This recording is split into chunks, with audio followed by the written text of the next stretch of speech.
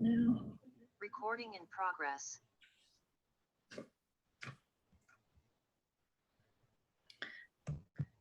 Well, David, do you want to get us started? Yeah, absolutely. Good afternoon, everyone. 12:04, I have the honor of serving as a guest and facilitator, shining the light on your community cares, and Michelle and MD. I know we're going to hear a lot from them. Many know Team, I work at Team Inc. in the Valley and beyond, and I also have the pleasure of serving as the chair for the Valley Council for Health and Human Services. And Michelle and her board and their work at your community cares not only is serving statewide throughout the state of Connecticut, but is also getting grounded and centered right here in our beloved Valley. And again, the Valley Community Foundation helping make this possible. And again, we'll hear more from Michelle. What I'd like to do is I'm going to make sure we keep our time honest and keep it moving along, and also nudge all of you. Please take a moment to enter your name in the chat box and any affiliation that you're comfortable sharing, whether it's you're from an organization, or maybe you're a resident, maybe you're a volunteer, maybe you're a staff, or whatever you want to share very briefly, just your name and your affiliation in the chat box. And then from there, while you're doing that, I'm going to quickly prompt people real fast to just briefly say your name. So I've got the Brady Bunch squares on my screen. So Malika, you want to start first, and then Barbara Lombardi, you're on deck. Sure. So hello, my name is Malika Mosley. I am currently the chairperson of the Valley MLK committee within the Valley, and I'm also a member of All In for Ansonia and Derby. I'll talk a little bit more about that organization later on.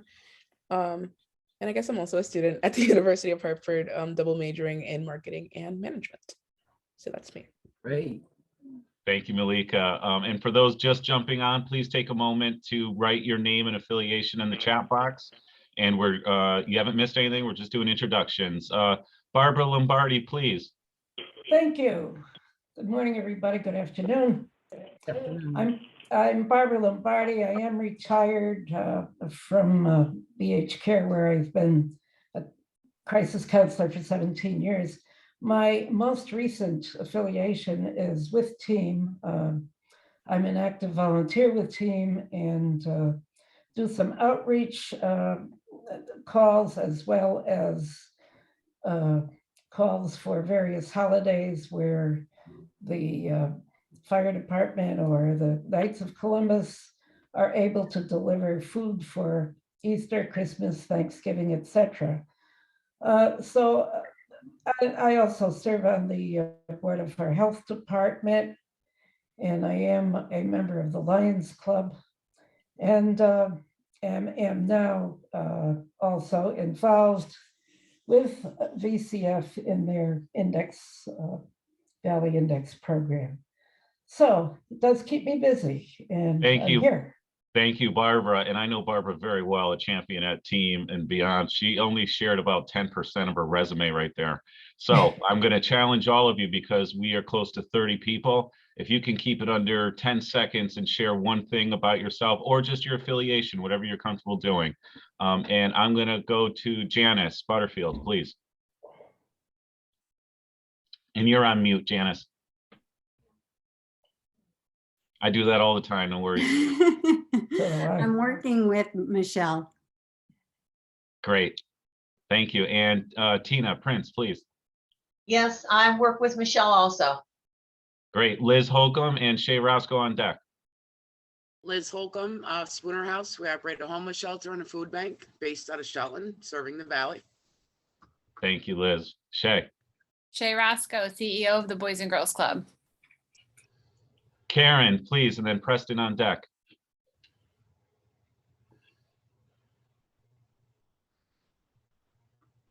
Karen. My name is Karen, and I just started working with Michelle. Great. I'm tired. Thank you. All right, we got a good invasion, appropriately so, of your community cares here today. Preston, please, Laura on deck. Yeah, hi, this is Preston. I've been working with Michelle and MD for about a month, and I'm very proud of what we're doing. So I'm happy to be here. Awesome. Laura, please, Monica Oris on deck. Hi, I'm Laura Harris. As you've seen in the chat, I am a member of the Board of Ed for about 11 years now. I've also volunteered at the Spooner House through the St. Mary's Church, and I've been active on a couple committees with Team. Luckily, working with Michelle and Denise and a bunch of others. So I'm trying to get back into more volunteer work as I am retired and enjoying being a grandparent of 8 grandchildren. Monica, please.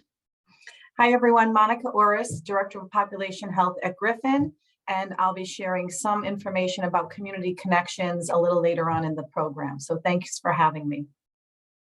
April, and then John Zeller, you're on deck, please. Good morning, April Chaplin, Northwest Regional Mobility Manager and Ombudswoman, also member of the Greater Waterbury Transit District Board. John Zeller, Scout Executive, CEO, Housatonic Council, Boy Scouts America, serving Lower Naugatuck Valley. Eric, please, and then Grenay on deck. Good afternoon. I'm Eric Grames, chaplain at Griffin Hospital. Good afternoon, Grenay Bordeaux with Your Community Cares. Thank you.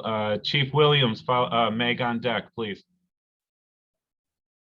Good afternoon, everybody. This is Wayne Williams. I'm the new chief of police for the city of Ansonia. I've worked with Team on a couple of things, but I'm trying to learn a little bit more about the different organizations working in town. So I apologize for not being on video, but I'm actually driving from one meeting to another during your meeting. So. Thank you, Chief, and congrats. Meg, please. Good morning, Meg Hafner, Southwest Connecticut Regional Mobility Manager with the Kennedy Center. Carissa and Tad on deck, please. Hi, Carissa Caserta, Naugatuck Valley Health District.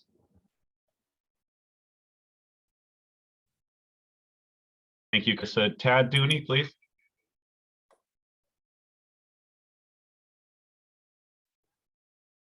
You went back on mute.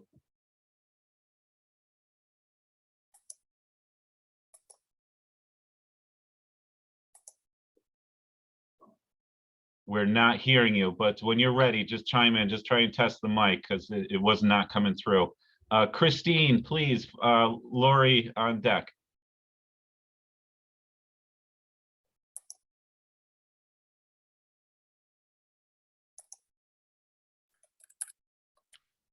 Uh-oh, we got back to back sound not coming through. I hope I'm still here. You are. Okay. Hi, thank David. you, It's Christine. Good afternoon, everyone. Hi, it's Christine Terrell. I'm the Director of Business Development for All About You Home Care. We're a visiting nurse association. We're preferred providers for Griffin Hospital. Thank you, Christine. Lori, please. Joanna on deck. Hi, thank you for inviting me today. My name is Lori Mcelwee. I'm the South Central Regional Mobility Manager that works with the Kennedy Center team to help people stay connected to transportation. I met Michelle a couple months ago, and so far I've sent about 12 people her way. Wonderful. Thank you. Hi, I'm Joanna Diorsi. I work with Monica Oris at Griffin Health. Thank you. Christy DeVerso, please.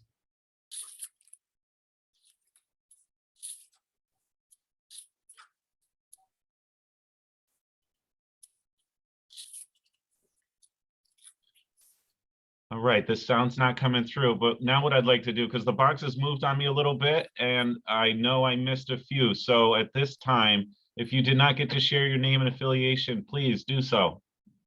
Hi, I'm Maggie Sessick, Griffin Hospital Community Outreach. Hey, Maggie. Hi. And a few others. We have EOB NHS. Hi, we're from Emmett O'Brien National Honor Society. Awesome. Emma O'Brien in the house. Boy, do they do a lot of work in community impact in Ansonia and the Valley. Great to have you here. Anyone else? I'm going to read Christy DeVerso's comments. Public health nurse at Naugatuck Valley Health District. Thank you, Christy. Anyone else? We have a cell phone, a phone number, 203-623-4198.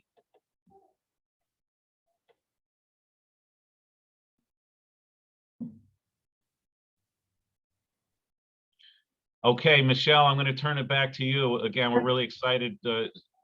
Oh,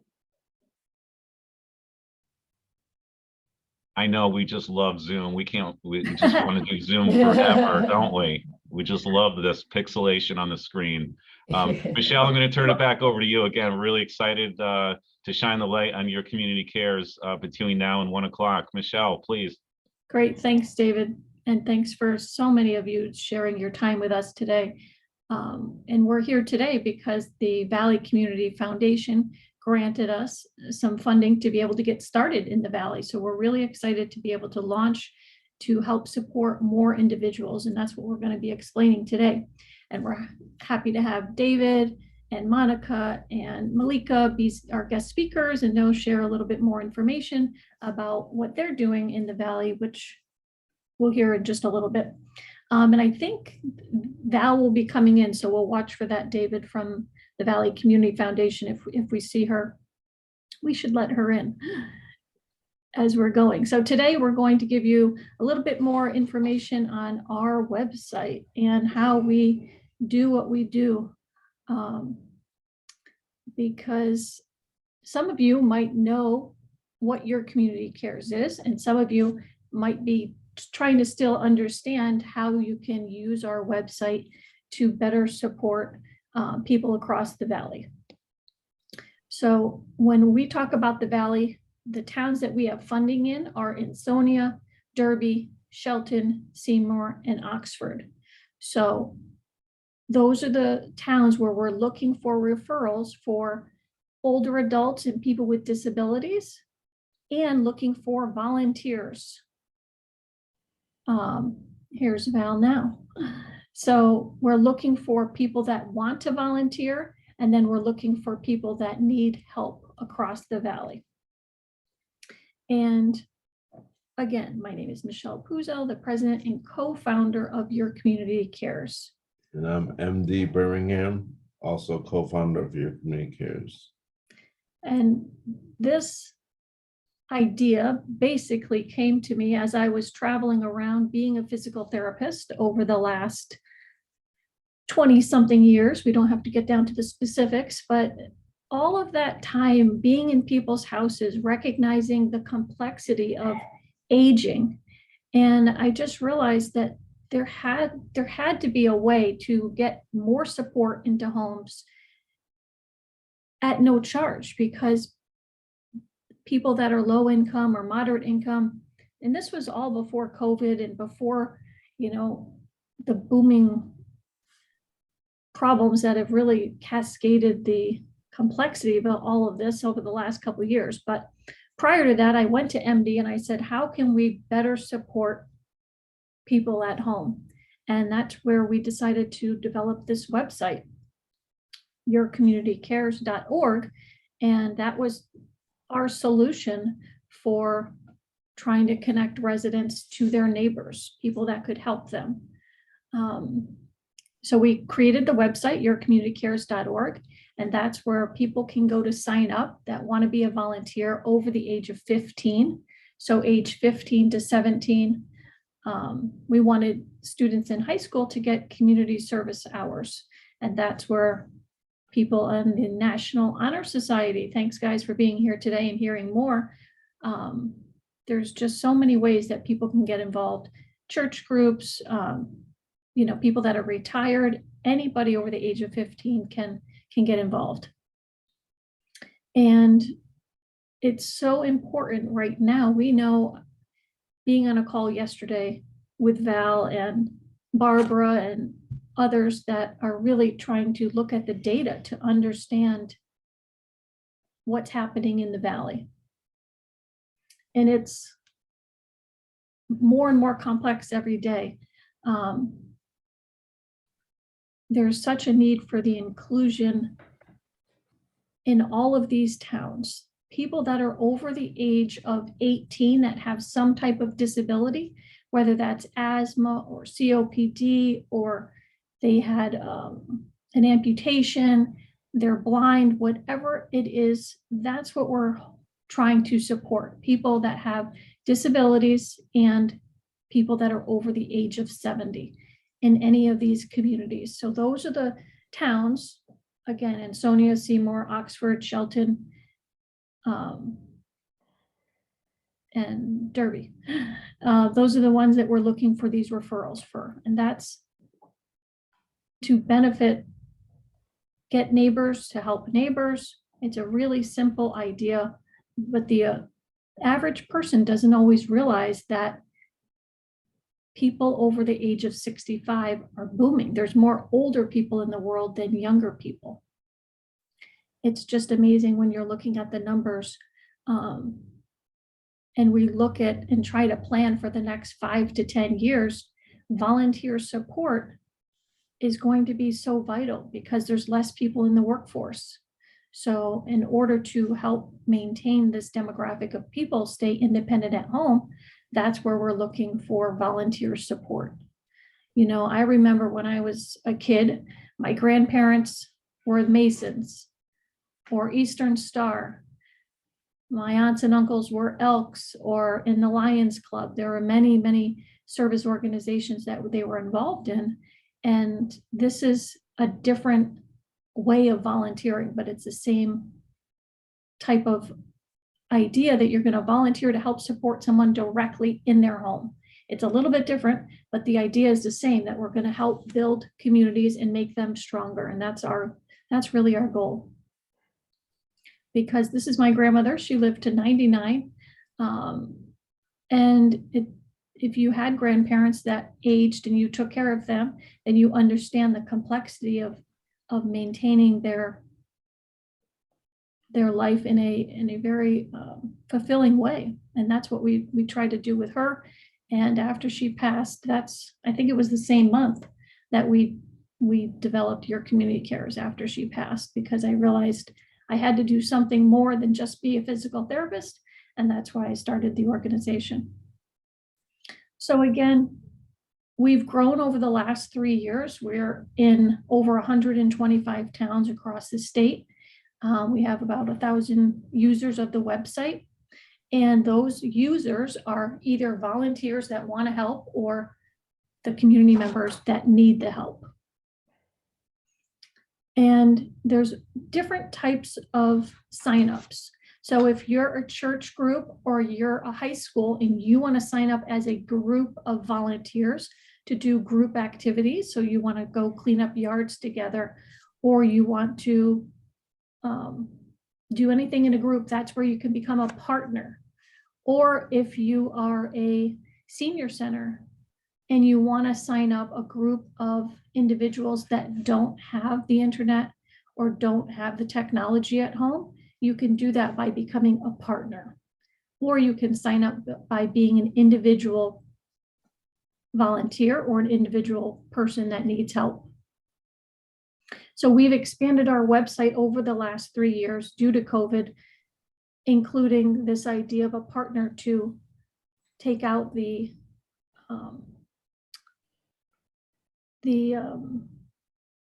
people that didn't have technology at home. We really wanted to include them. So that's why we created the partners. And then we added transportation because we realized more and more people need services. So we're constantly looking at how we can expand our services. We're looking at telehealth as our next approach to adding services to our community members. So we're constantly trying to do more and more of these essential needs for people.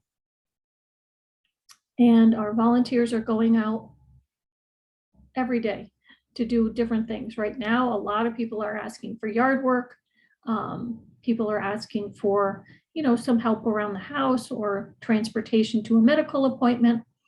And they do all of that through the website. If they can't sign up themselves, they can have someone else sign them up, or we can sign them up. But we do have security on the website to make sure that it is keeping everybody's information safe. Every enrollment to the organization, we have insurance and we do background checks on everybody to make sure it's as safe as possible as well. And this is one of our community members and volunteers that work together on a weekly basis. And this woman, June, is trying to stay independent at home on a fixed income, trying to stay in her home. She no longer drives. So when she needs appointments to her doctors or anywhere else, she gets rides. And she's also able to get help with some housework to keep her house up to snuff. And it's just so happy to see these relationships growing. And when we started the organization in 2019, you know, there's been a lot of first times. And in the Valley, this is our first grant in the Valley to get growing. So we're really excited to be able to continue to expand. And we're all volunteers. We have no staff. We're all volunteers at this point working on growing to staff. The individuals that you met today, when they say they're working with me, that's through a Maturity Works program that are paid through the federal government. So we've been so blessed to be able to have their support, but they're paid through a federal program. And all the volunteers now, they're gonna go to their, and let's go to the website now and kind of go over more, if you haven't seen it yet, what the website looks like, because I think it's really important for people to see what exactly we're talking about. And I do want to make sure we're answering anybody's questions who have questions. So feel free to put them in the chat box, or you can stop me at any point. Yeah, we definitely want to make sure that, you know, everyone has a brief understanding of how this works and what the website actually does for individuals in the town. And like Michelle had said before, we have a group of people that are volunteers, and they're the ones giving help, and they can do different tasks as the site shows: housework, yard work, companion, and subcategories that they can select. So that way, transportation, that way the volunteer gets to select the category that they want to give help in, and they are connected with a community member that is requesting help for that same category. That way it's very, it's big on empowerment. There's just time, the community member sends out a request, but let's say for help with their trash, every Thursday at 5 p.m. or whatever time. And it goes out to all the volunteers in that town by email. They get the notification to log into their site, and they'll select it if they can. If it fits in their schedule, they'll take it. If it doesn't, then they won't. It's first come, first serve. And then once they do accept the task, they will perform the task. And then at the end of it, they'll also close the task, meaning that they'll, you know, write a report like it went well. And, you know, they can, it's kind of like an Uber, they give a rating. So that really keeps things simple for everyone. Yep. So when a community member signs up, or a volunteer signs up, there are no, you know, the eligibility is their age or disability. There's no other requirement. You know, some people say to me, oh, I can get a doctor's note, or do I have to show you DSS, you know, information? No, we're just asking for people when they sign up to give a photo, so that we can know what so the volunteer knows what the community member, who to expect at the door when they're going to open the door at somebody's house. But for a community member, when they're signing up, we are asking for household level income, just because when we do these grants, they're asking for the income level. but it is not necessary to give us any additional information than what is on the sign up. And then as a partner, there's not, all of this information is not needed if you were to sign up as a senior center or a social services, and you're going to sign up a group of people. That is where you go to the be a partner, and you'd enroll as your organization first. And then you can add your community members or volunteers that you want to add to the group enrollment. And you wouldn't have to put each person's picture. You could just use your company or your department's logo. Yep. And that would suffice. So that way the volunteer would know that, oh, they belong to the Human Services Department for our town. Yep. All right, Barbara, do you have a question? Yes, I do. If someone signs up, do you do any background checks? Yes, everybody is background checked, both the volunteers and the community members. So everybody is background checked prior to being accepted on the platform. And how does this work every month? Do they submit an hourly report to you as to how many hours they worked?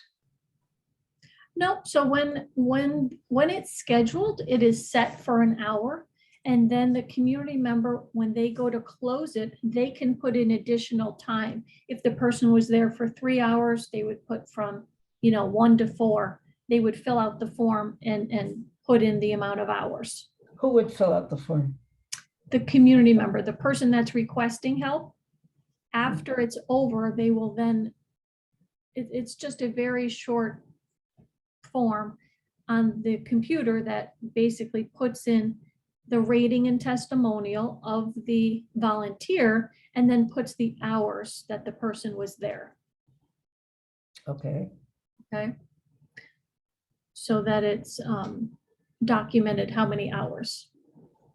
So whatever task the community member is requesting help with, usually they'll specify a time for it to start, or they can put any time. And then if it's any time, then they will collaborate with whichever volunteer accepted it first.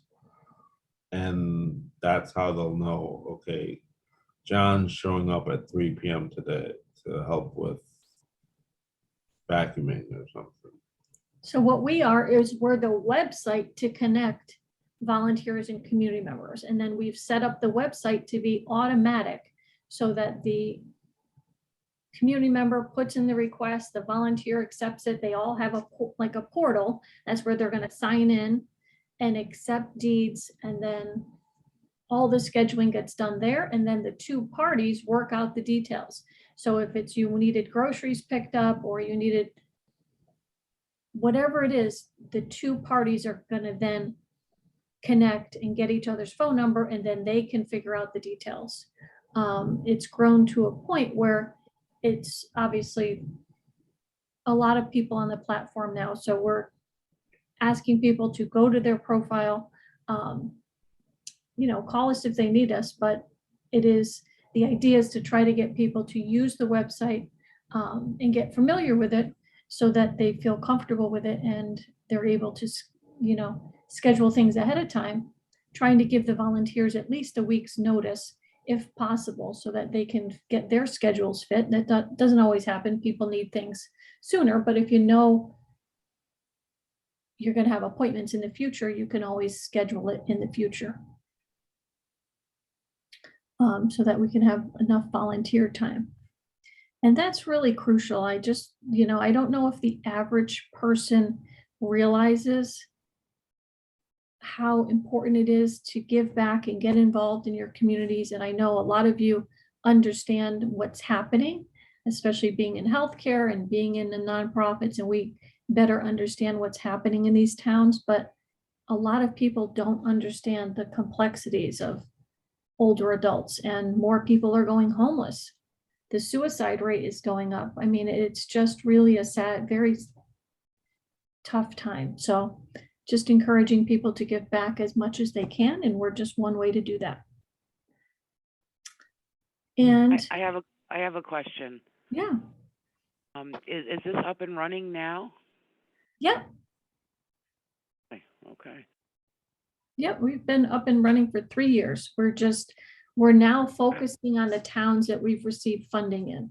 So that's why we're having this lunch and learn today, to really try to get more involved in the Valley. So that's why we've joined the chamber and the Valley Council, and trying to get more and more involved in the Valley region. Wonderful. And do you have any issues with older adults accessing the forms and the computer skills? Any problems on that end? If they can't, then they can call us and we can sign them up. Okay. Okay. But how are they gonna know about it?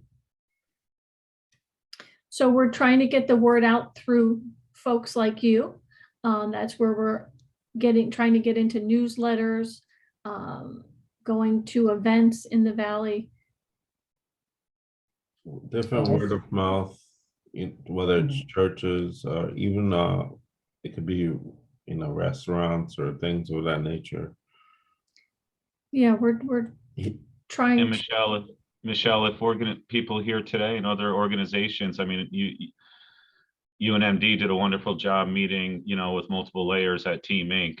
So if organizations here or people here today wanted to do kind of a special one-on-one with some of their other leaders or volunteers or staff at their organizations, how can they connect with you? They can email us at yourcommunitycares, at yourcommunitycares.org is where all that you can contact us through there. Our phone numbers there. The website gives you all the information of how to contact us. And I'll put that in the chat as well today. I think if there's no other questions right at this time, just for the sake of time, I want to make sure that we give Monica a little bit of time to talk about Griffin Health and what's all the exciting things that are happening. Yeah, thanks, Michelle. And I do have a few slides. If I can share my screen, I'm going to go ahead and do that, okay? Just because I think it helps. They make you the co-host. Okay. All right, you should be all set. Great, thank you. I had to find my lovely thing now. That's the tricky part. Here it is. Okay, so hi, everyone. My name is Monica Orris, again, from Griffin Health. I'm Director of Population Health here at Griffin, and we are really busy, certainly working in our community. So I think you guys should be able to see my first slide. But the second slide is really starts to sort of talk a little bit about more what Griffin does. And I will say that I've been part of Griffin Health's Population Health Department, started with the Community Outreach and Parish Nursing team with Maggie. And, it's just been amazing to me to see how this community comes together.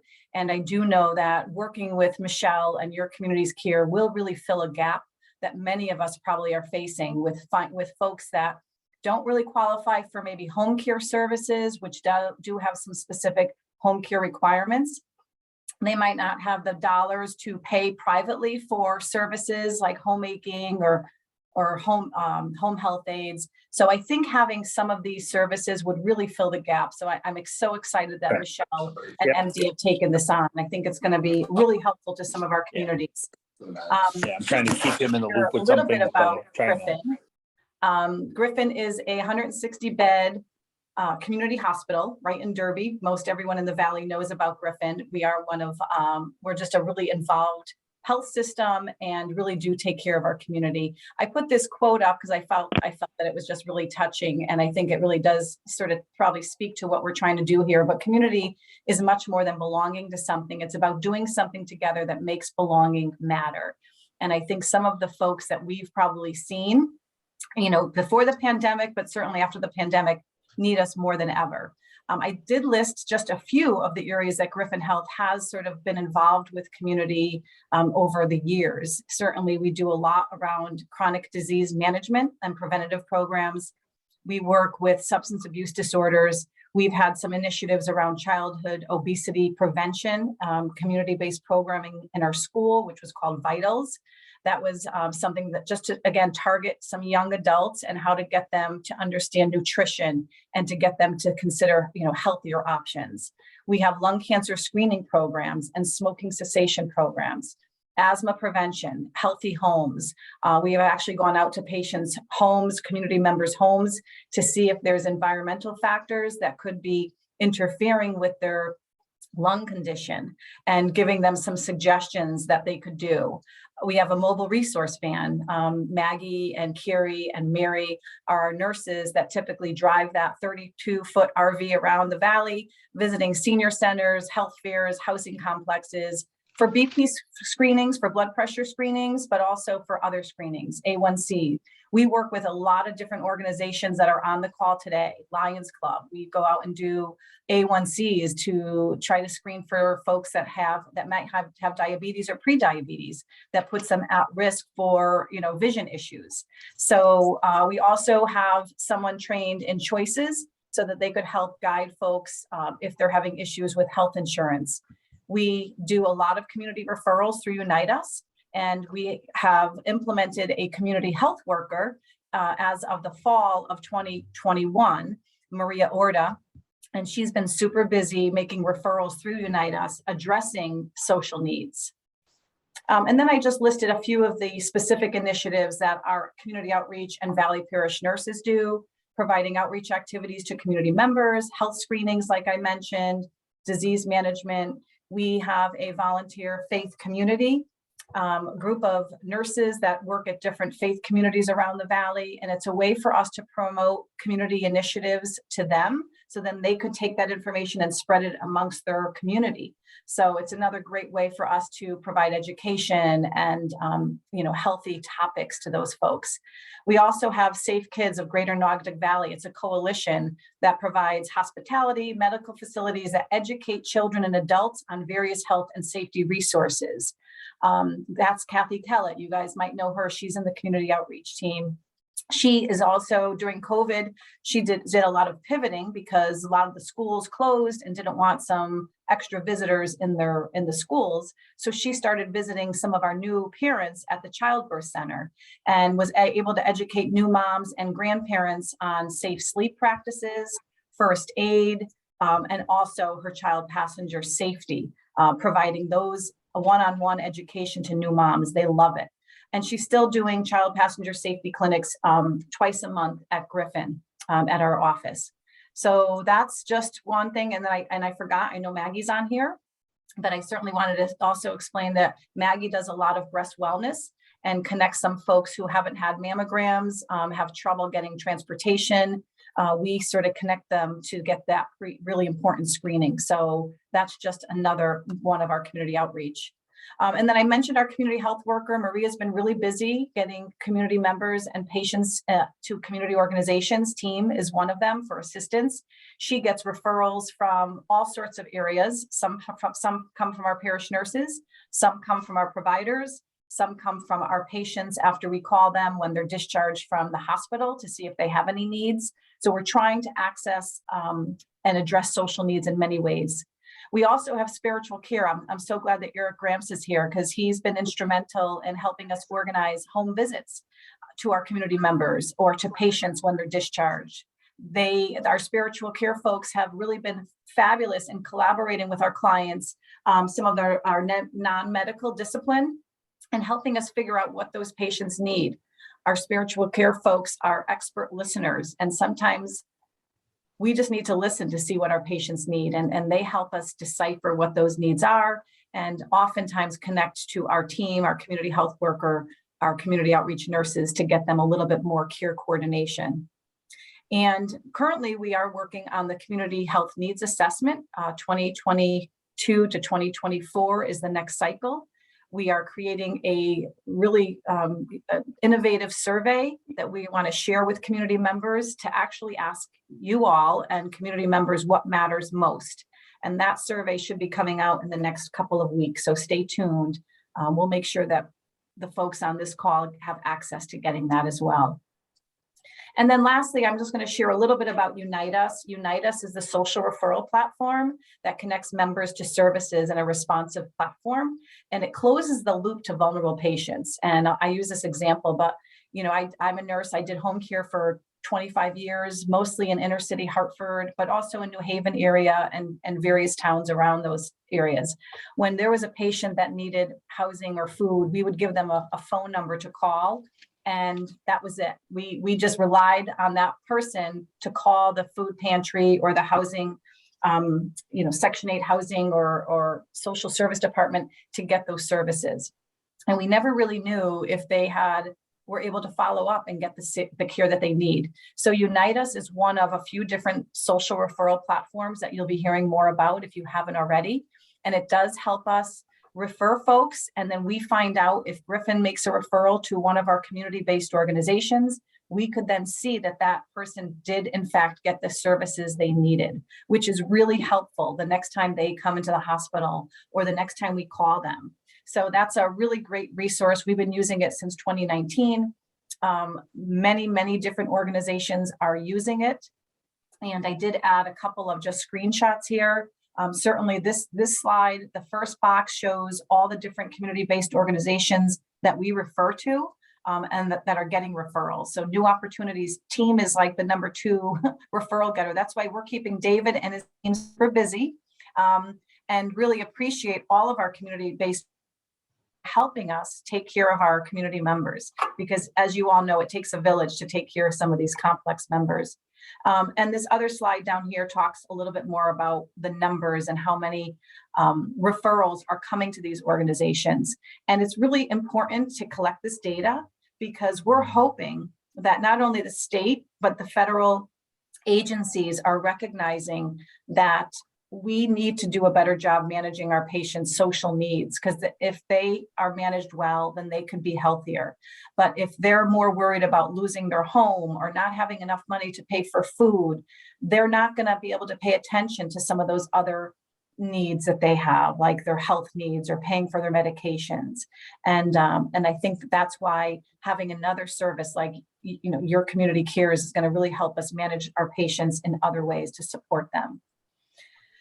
And this is just another quote that I found useful. The greatness of a community is most accurately measured by the compassionate action of its members. And we know that the Valley members are extremely compassionate. So look forward to any questions. If anyone is interested in joining Unite Us as a community-based organization, you can go onto the uniteusct.com website. And it will tell you exactly how to become a partner. And certainly you could email me. I'll make sure I put my email address in the chat as well. Great, thank you, Monica. Yeah, and we are part of Unite Us, so your staff can feel free to start giving some referrals through Unite Us as well. It's another platform. Thank you. That's a lot of information. I know you guys are doing great work in the Valley, and I love to see the vans around Manchester, and I've seen them up in Mansfield and all over in the eastern part of the state too. So I know it's not just in the Valley. You guys are growing all over the place, working with different public health departments and such. So great work. And I want to give Malika a little time to hear what's going on in Sonia. Hello again. So I'm just going to talk a little bit about All In for Ansonia and Derby. So All In for Ansonia Derby is an alliance of neighbors and neighborhood organizations working to make it possible for everyone within Ansonia and Derby to have a safe and joyful place to live, a place where food is secure, and a place in decisions that affect our lives. Some of the organizations involved in All In for Ansonia and Derby include TEAM, the Salvation Army Ansonia Corps, the Valley NAACP, the Valley MLK Committee, Valley Save Our Youth, and just a bunch of more other representatives from various churches and organizations within this area. So some of our current initiatives, as of right now, are focusing on food security within these two places, housing reforms, as well as creating a community center. That's kind of been at the forefront of some of our meetings as of late. Although these initiatives are incredibly unique, they all have a main goal of providing resources and support for those in need and really promoting a sense of community. I won't go into too much details because it's a lot of information from all of those, but I do want to highlight that the need for youth involvement when it comes to volunteering is essential because it does come back to giving to our communities. Clearly, youth and then other age groups can be affected by all of these different aspects. And I think that giving back is also an important part of that.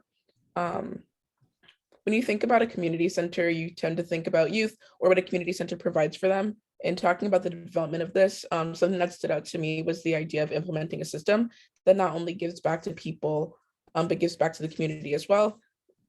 By having more youth get involved in these initiatives and your community cares, we're essentially creating an environment that promotes growth and truly makes an impact.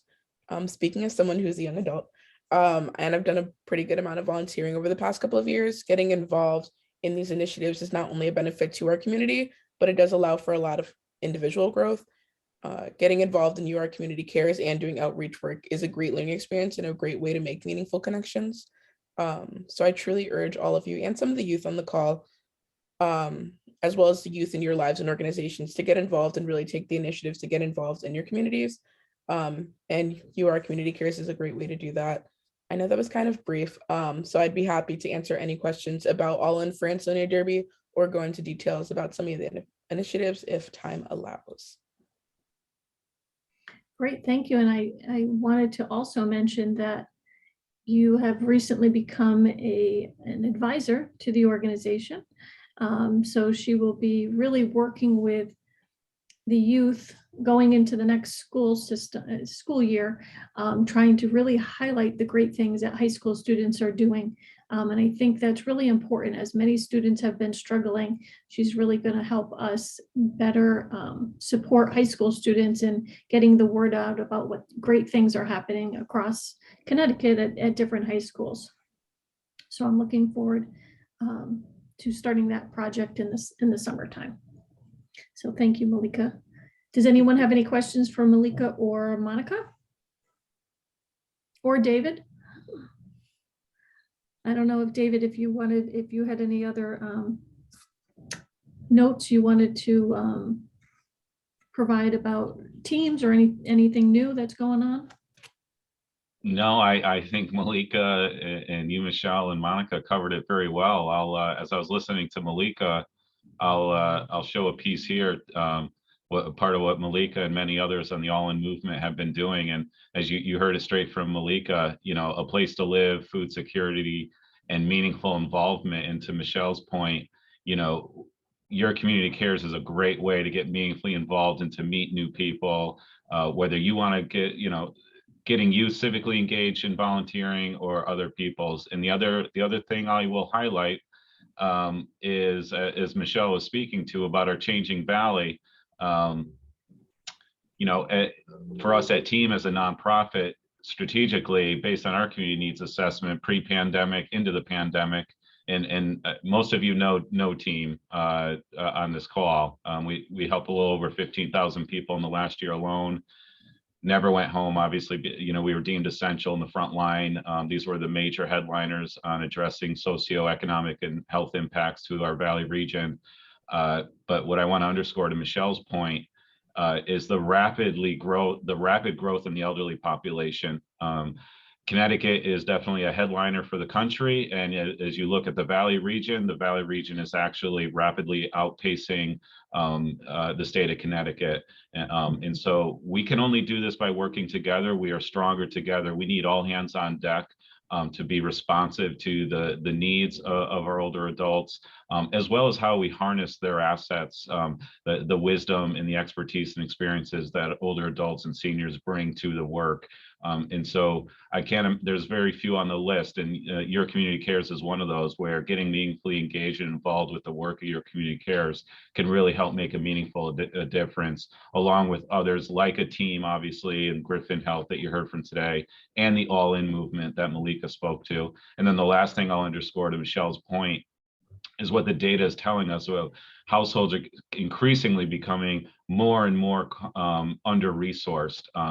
And I told you, for Team, 1 out of every 5 individuals that we see at team is an older adult aged over 60, whether they're experiencing housing hardship, food hardship, trying to maintain their own independence, trying to avoid institutionalization. And the data speaks for itself. You heard from Monica speak and what the foundation is doing as far as getting updated data. But again, household incomes are declining, the low income rates increasing, the poverty rates increasing. People are paying more and more than they previously did for the roof over their head. I not too long ago was at a forum with seniors in Oxford who said, David, I can't afford to move out of my home. I can't afford the rent. And I want to stay in Oxford. I want to stay where I raised my family, where my beautiful partner who has passed away.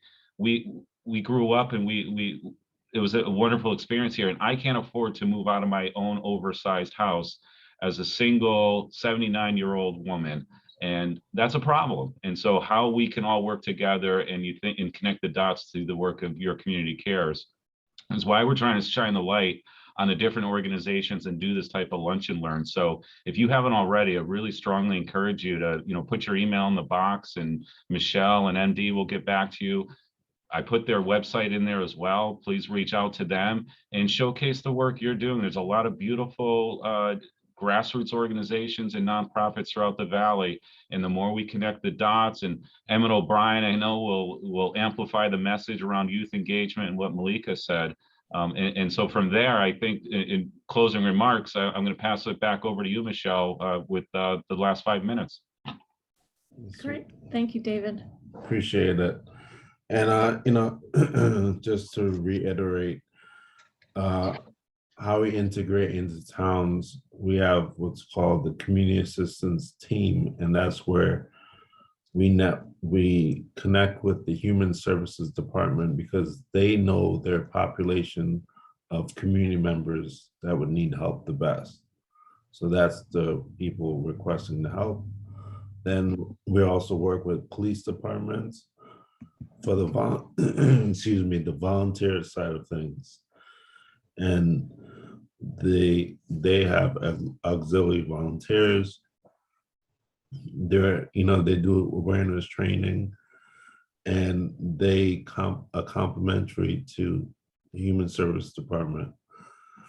So we're really trying to network with a lot of different departments across the towns. And so we'll be reaching out to the new Ansonia Police Chief and others that we're really trying to get town departments to recognize how they can use our website to better support residents in their town. So grateful for everybody's time today. Thank you all for being here. And if you haven't gone to our website, that's also where our social media pages are, so you could like and subscribe. We're always adding some new information. Actually, one quick video I just wanted to show you guys at the end. This is our latest video that we put together, our PSA that is going to be airing starting today.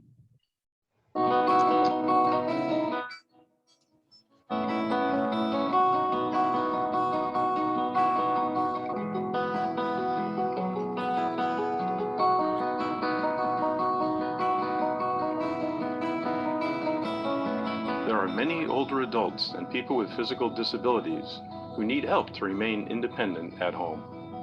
People are living longer, and many are struggling to get everyday chores done on an ongoing basis, unable to pay for private services to keep up their home.